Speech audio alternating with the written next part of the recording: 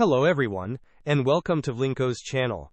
In today's video, I will show you how to fix the issue where your keyboard language keeps changing automatically on Windows 11. And now, let's get started.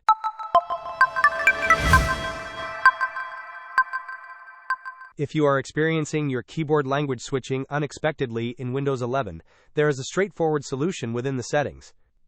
Begin by right-clicking on the Start button, and then select Settings from the menu that appears. Once the Settings window is open, navigate to the Time and Language tab located on the left-hand side of the list.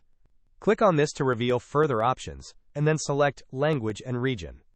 Now pay close attention here. While your display language is important, it is the primary language settings that often cause this automatic switching.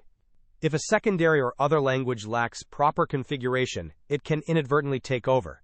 Therefore, it is crucial to check for any non-English language entries in this section. If you find any, simply click on that language and then choose the Remove option. Repeat this process for any other non-English languages that you do not intend to use as your primary input method.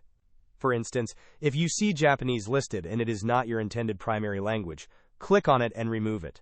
This action will prevent the system from defaulting to those languages for your keyboard input. Hope this was helpful.